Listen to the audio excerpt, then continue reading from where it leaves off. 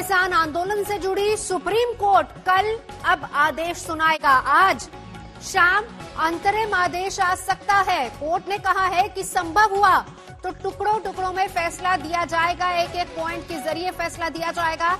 बताएं कि आज कोर्ट में केंद्र सरकार को कड़ी फटकार लगी है।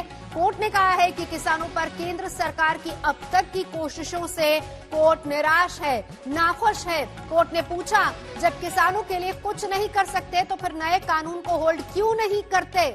अगर आप होल्ड नहीं करेंगे तो फिर हम कर देंगे। सीजेआई ने कहा कि हम कृषि विशेषज्ञों की एक कमेटी बनाना चाहते हैं और कमेटी की रिपोर्ट आने तक नए कानूनों के लागू होने पर रोक लगाना चाहते हैं। कोर्ट ने कमेटी के लिए किसानों और सरकार से नाम भी मांगे हैं। तो बड़ी खबर, कोर्ट ने इससे पहले भी पूछा था केंद्र सरकार के वकील से कि क्या होल्ड किया जा सकता है या नहीं। चलेंगे सीधा, संजय शर्मा सुप्रीम कोर्ट से हमारे साथ जुड़ चुके हैं। जितेंद्र बहादुर सिंह बॉर्डर से हमारे साथ मौजूद है। संजय, सबसे पहले आपके पास आऊंगी। शाम तक पहली बात कहा जा रहा है कि अंतरिम फैसला कुछ आ सकता है और कल इस पर कोर्ट बात करेगा और कल इस पर कोई फैसला ले सकता है कोर्ट। संजय, पहले तो मैं ये बताऊं कि फैसले में और आदेश में बहुत फर्क होता है। अगर हम कानून की भाषा देखें तो उसमें अभी सिर्फ आदेश आएगा और आदेश में भी अंतरिम आदेश आ सकता है। कोर्ट ने कहा है कि हम शाम तक कुछ इसमें पार्टली हम कुछ आदेश देंगे। कल कोर्ट इस कानून के विभिन्न पहलुओं के बारे में जानकारी हासिल करेगा, उस पर चर्चा होगी और उसके बाद फिर कोर्ट का एक आदेश आएगा। वो आदेश तब तक कमेटी के नाम भी तय हो जाएंगे और कमेटी में जो सरकार की तरफ से विशेषज्ञों के नाम, इसके अलावा किसान संगठनों की तरफ से किन किन लोगों को कमेटी में शामिल किया जाएगा, उस पर विस्तृत चर्चा होगी और एक फाइनल होने के बाद कमेटी के अध्यक्ष कौन होंगे, बाकी कैसे क्या काम होगा, तो सारी चीजें, यानी जो कहते हैं खेल के नियम तय करना, वो कल तय हो जाना चाहिए। इसके बाद कोर्ट ने कहा है कि हाँ, वो पार्शियली टुकड़ों टुकड़ों में पार्ट वाइज अपने आदेश को आगे बढ़ाएगा। फिलहाल तो अभी आदेश ही आने, क्योंकि कमेटी फिर अपनी रिपोर्ट कोर्ट को पेश करेगी, कोर्ट फिर उस रिपोर्ट को सरकार तक भेजता है और उस पर अमल करने की बात करता है। लेकिन जिस तरह से कोर्ट ने लगातार ये कहा, पिछली सुनवाई में कोर्ट कमेटी की बात कर रहा था, कमेटी की बात सामने आ गई। इस सुनवाई में कोर्ट ने इसको तब तक इन कानूनों पर अमल को रोक लगाने की बात कही, टालने की बात कही, तो जाहिर है कि या तो आज रात के फैसले ऑर्डर में या फिर कल जब सुनवाई पूरी हो जाएगी उसके बाद हो सकता है, बहुत चांसेज ऐसे हैं कि कोर्ट इसमें यह कहे कि जब तक सर्वमान्य हल ना निकल जाए तब तक इन कानूनों पर अमल को स्थगित कर दिया जाए, रोक दिया जाए, होल्ड पे लिया जाए। हाँ, मौसमी सिंह भी दिल्ली से हमारे साथ जुड़ चुकी है। लेकिन अगर ऐसा होता है, जितेंद्र बहादुर जरा वहां से सिंघू बॉर्डर से किसानों की राय लीजिए, क्या कह रहे हैं वो?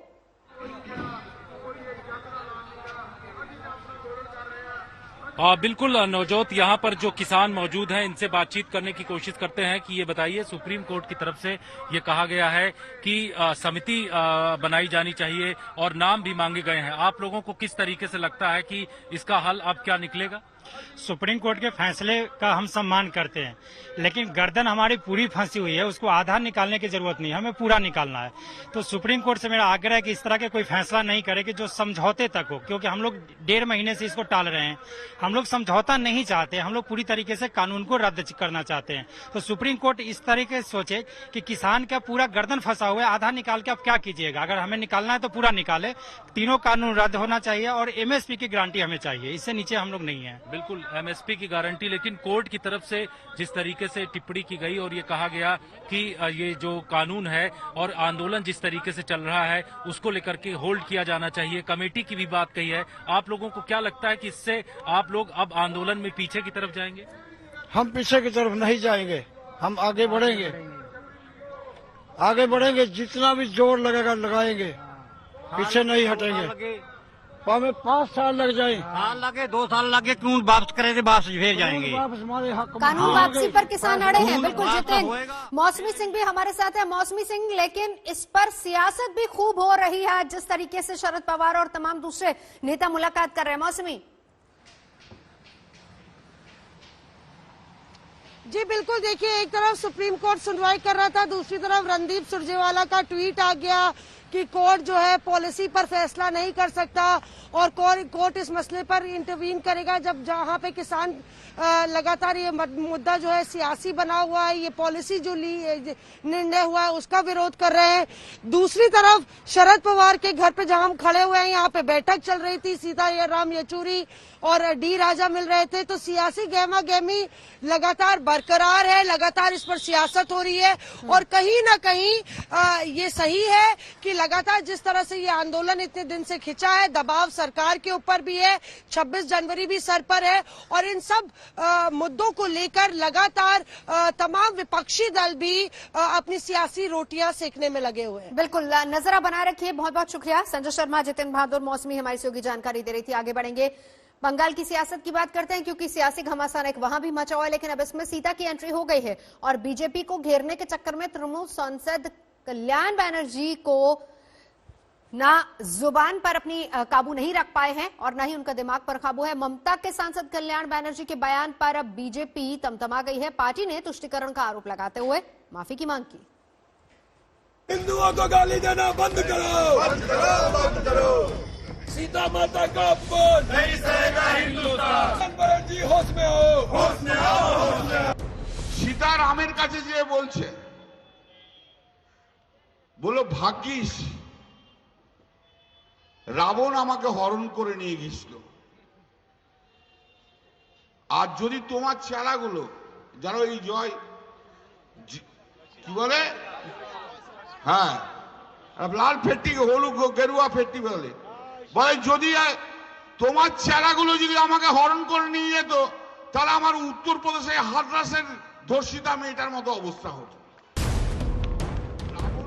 बंगाल की सियासत में अब मां सीता की भी एंट्री हो गई है।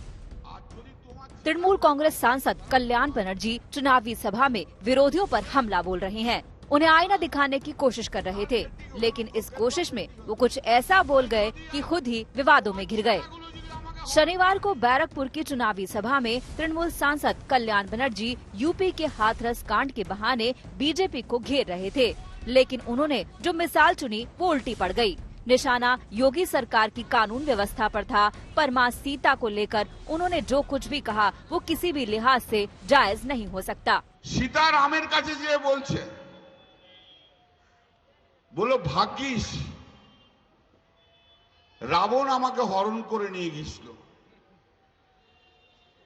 আর যদি তোমার চেলাগুলো যারা এই জয় কি বলে, হ্যাঁ লাল ফেট্টি হলুদ গেরুয়া ফেট্টি বলে, বলে যদি তোমার চেলাগুলো যদি আমাকে হরণ করে নিয়ে যেত তাহলে আমার উত্তরপ্রদেশে হাথরাসের ধর্ষিতা মেয়েটার মতো অবস্থা হতো।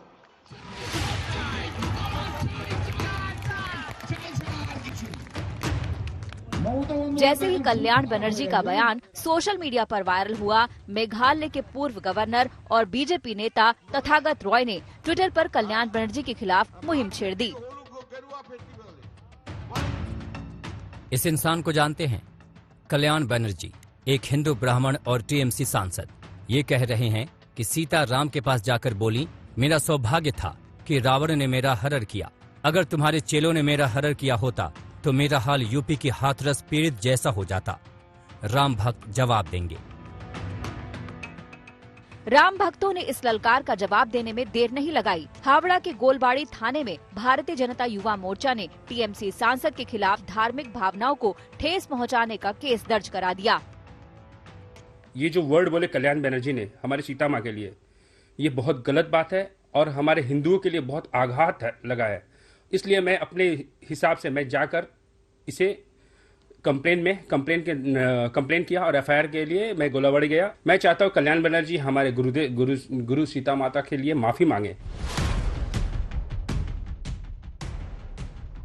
बीजेपी ने कल्याण बनर्जी के बयान को हाथों हाथ लेकर न सिर्फ इसे तुष्टीकरण की राजनीति से जोड़ दिया, बल्कि धार्मिक भावनाओं के खिलाफ भी बताया। केंद्रीय मंत्री प्रहलाद पटेल ने कहा कि जनता इसका हिसाब जरूर करेगी। मुझे लगता है कि ये जो बौखलाहट है, ये बौखलाहट है जो जनता जवाब देने के लिए तैयार बैठी है, ये उसका परिणाम है। और इसलिए मुझे लगता है कि जो बनर्जी जैसे लोग जो भाषाई मर्यादाएं भूल रहे हैं, उनको सलाह देना तो बेमतलब की बात होगी, लेकिन मुझे लगता है कि जनता इसका हिसाब जरूर करेगी। कल्याण बनर्जी जो कि बंगाल के एमपी हैं, जिस प्रकार से उन्होंने सीता मां के लिए अभद्र भाषा का प्रयोग किया है, ये बहुत निंदनीय है। ये एक बड़ा अपराध है। करोड़ों हिंदुओं के भावनाओं को ठेस पहुंची है इस प्रकार से सीता मां को जो गाली दी है कल्याण बनर्जी ने। आप देखिए ममता बनर्जी के वो राइट हैंड है। ये अपीजमेंट की पॉलिटिक्स, ये तुष्टीकरण की पॉलिटिक्स बंगाल में कब से देखने को मिल रहा है। कल्याण बंदोपाध्याय ने जिस तरीका से राम के ऊपर जो जैसा बोला है, जो स्टेटमेंट दिया है, बहुत ही गलत स्टेटमेंट है। क्योंकि पश्चिम बंगाल में तृणमूल सरकार का तुष्टीकरण का राजनीति उसका पसंद है, वोट बैंक का पॉलिटिक्स उसका पसंद है। इसलिए हमारा जो संस्कृति है, जो रामायण महाभारत हम लोग छोटी उम्र से इसको स्कूल में हम लोग घर में ये पढ़ी हुई है, इसका ऊपर अपमान कर रहा है। हम लोग चाहते हैं इसका जवाब 21 में जनता देंगे। मामला मां सीता से जुड़ा तो मिथिलांचल भी एक्शन में आ गया। मैथिली समाज ने कल्याण बनर्जी को 24 घंटे का अल्टीमेटम देते हुए माफी मांगने की मांग की है। 2019 के लोकसभा चुनाव के पहले जय श्री राम के नारों पर बिफरी ममता बनर्जी ने उसे ही एक मुद्दा बना दिया था। अब 2021 में विधानसभा चुनाव के पहले तृणमूल कांग्रेस के लोकसभा सांसद कल्याण बनर्जी की सीता माता पर टिप्पणी कुछ ऐसी ही दिशा में जा रही है। पार्टी ये बखूबी जानती है कि इससे नुकसान हो सकता है और बीजेपी इसे उठाने के लिए पूरी तरह तैयार भी है। आखिरकार राजनीति में मुद्दों की कमी नहीं है, फर्क सिर्फ इतना है कि इस मुद्दे का तीर तरकश से निकलकर सही निशाने पर लगे। बंगाल में चुनावी साल है, सियासी पारा चढ़ा हुआ है। ऐसे में ये तो अभी विवादित बयान की शुरुआत है। अभी तो नेताओं के कई बेतुके बयान दिखाई देंगे, कई जुबानी जंग दिखाई देंगी। कोलकाता से मनोज्ञा लोईवाल, दीपक देबनाथ और वैद्यनाथ झा के साथ ब्यूरो रिपोर्ट आज तक।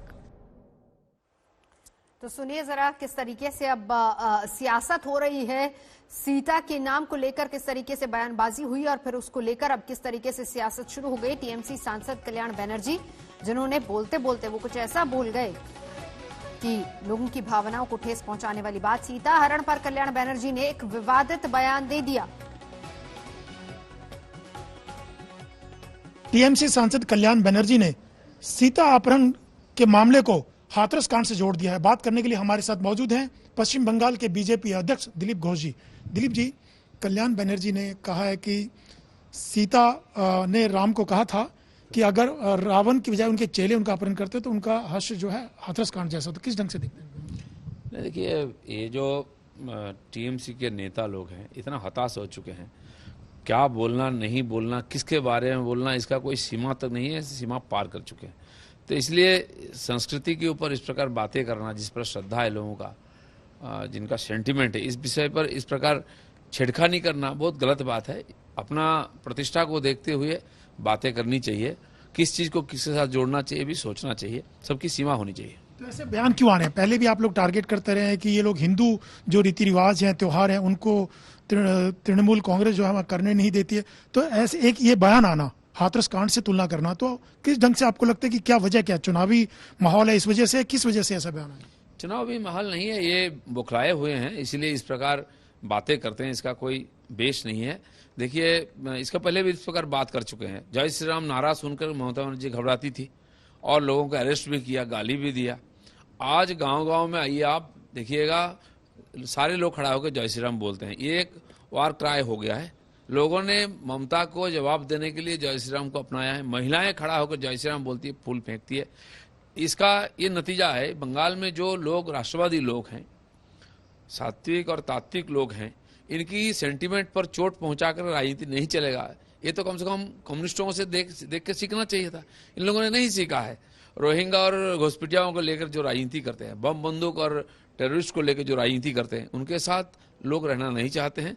इसका जवाब लोग अगले चुनाव में दे देंगे। तो क्या चाहते हैं? कल्याण बनर्जी ने जो बयान दिया है, क्या चाहते हैं उनके खिलाफ? क्योंकि बीजेपी कुछ लोगों ने कार्रवाई की मांग की है, एफआईआर भी दर्ज हुआ है। क्या चाहते हैं कल्याण बनर्जी? नहीं, देखिए, एफआईआर अगर ये सब तो एक सुप्रीम कोर्ट का लॉयर है, उन पर क्या एफआईआर करें? आप नहीं जानते हैं कानून, नहीं जानते हैं लोगों की सेंटिमेंट को। इतने बार का चुनाव हुआ, जो एमपी हैं, तो सब जानते हुए इस प्रकार बात करके एक बिना मतलब का उत्तेजना फैलाते हैं। तो मुझे लगता है कि जिस प्रकार सीपीएम वालों ने भी किया था और लोग उनको बराबर वहां से निष्कासित किया, अब टीएमसी की हालत उससे भी खराब है।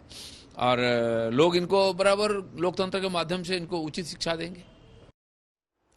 और बात वैक्सीनेशन की कर लेते हैं, क्योंकि काउंटडाउन शुरू हो चुका है। आज से ठीक 5वें दिन टीकाकरण की शुरुआत हो जाएगी, यानी कि 16 जनवरी को देश का इंतजार भी खत्म हो जाएगा। और इसी संबंध में आज खुद प्रधानमंत्री नरेंद्र मोदी तमाम मुख्यमंत्रियों के साथ एक वर्चुअल बैठक भी करने वाले हैं, जिसमें वैक्सीनेशन रोल आउट पर चर्चा होगी। साथ ही साथ सभी मुख्यमंत्रियों से राज्य में वैक्सीनेशन की तैयारियों पर भी प्रधानमंत्री बात करेंगे। और उधर बिहार में भी तैयारी पूरी हो चुकी है और वहां वैक्सीनेशन के 300 सेंटर्स बनाए गए हैं। और जानकारी दे रहे हैं राज्य के स्वास्थ्य मंत्री मंगल पांडे। 16 जनवरी से पूरे देश में कोरोना के टीकाकरण का कार्यक्रम शुरू हो रहा है। बिहार में भी ये कार्यक्रम शुरू हो रहा है, लेकिन इसके लिए तैयारियां कैसी हैं बिहार सरकार की, बात करने के लिए हमारे साथ मौजूद हैं स्वास्थ्य मंत्री मंगल पांडे जी। मंगल जी, 16 जनवरी से ये जो पूरी टीकाकरण की प्रक्रिया शुरू हो जाएगी, जाहिर सी बात है ये दुनिया का सबसे बड़ा एक कार्यक्रम होने जा रहा है देश में। बिहार सरकार की कैसी तैयारी है इसको लेकर? स्वास्थ्य विभाग ने पूरी तैयारी की हुई है। जो कोरोना का टीकाकरण होना है उसके लिए प्रशिक्षण देने का काम करना था, जो पूर्ण हो चुका है। और प्रशिक्षण देने के बाद 2 बार ड्राई रन हुआ है, मतलब मॉक ड्रिल हो चुका है। और एक बार 3 जिले में हुआ, फिर दूसरी बार सभी जिलों में हुआ। और राज्य के लगभग 125 केंद्रों पर ये मॉक ड्रिल का कार्यक्रम संपन्न किया जा चुका है। इसका मतलब है कि हमने जिन लोगों को प्रशिक्षित किया है वो लोग अब पूरी तरीके से तैयार हैं लोगों को टीका देने के लिए। प्रशिक्षण के बाद जो केंद्र तय करने हैं वो केंद्र तय हो गए हैं। 16 तारीख से 300 केंद्रों पे टीकाकरण का काम शुरू होगा। इसमें हमारे जो गवर्नमेंट के सारे मेडिकल कॉलेज हॉस्पिटल्स हैं वो रहेंगे, 5 मेडिकल कॉलेज हॉस्पिटल रहेगा प्राइवेट। उसके अलावे जो हमारे पीएचसी हैं, 208 पीएचसी इसमें रहेंगे। इसके अलावा जो हमारे सदर अस्पताल हैं, अनुमंडल अस्पताल है चिन्हित, और इसके अलावे लगभग 34 प्राइवेट संस्थान होंगे, जिन जगहों पे ये टीकाकरण का काम 16 तारीख से शुरू होगा। आगे बढ़ेंगे, एक बार फिर से नाथूराम गोडसे को लेकर नया विवाद शुरू हो गया है। महात्मा गांधी के हत्यारे नाथूराम गोडसे पर ग्वालियर में गोडसे ज्ञानशाला का कल शुभारंभ हुआ। ग्वालियर के दौलतगंज स्थित हिंदू महासभा कार्यालय में गोडसे की तस्वीर पर माला पहनाकर तिलक लगाकर आरती उतारी गई। हिंदू महासभा के लोगों ने इस दौरान गोडसे अमर रहे के नारे लगाए। लेकिन बड़ा सवाल यह है कि महात्मा गांधी के कातिल को इतना सम्मान क्यों? जिस शख्स ने राष्ट्रपिता की हत्या की उसका महिमा मंडन क्यों? बताया भी जा रहा है कि हिंदू महासभा ने पहले भी गोडसे का मंदिर बनाने की कोशिश की थी, लेकिन प्रशासन ने इसे रोक दिया था। क्या अब इस पर फिर से प्रशासन हस्तक्षेप करेगा? अखिल भारत हिंदू महासभा ने देश की आजादी में अपना बहुत बड़ा योगदान दिया। क्रांतिकारी शहीदों का, बलिदानियों का जो जत्थे दिए। हम आज बता देना चाहते हैं कि इन क्रांतिकारियों बलिदानियों का जो है अपमान किया गया कांग्रेस के द्वारा और देश का विभाजन किया गया। जो प्रतिकार किया वो गांधी का नहीं, उनको जिन्ना का भी प्रतिकार करना था। और हम चाहते हैं यदि देश का कोई भी विभाजन करेगा तो हिंदू महासभा उसको मुंह तोड़ जवाब देगी। नाथूराम गोडसे हम हिंदू महासभा फिर पैदा करेंगे।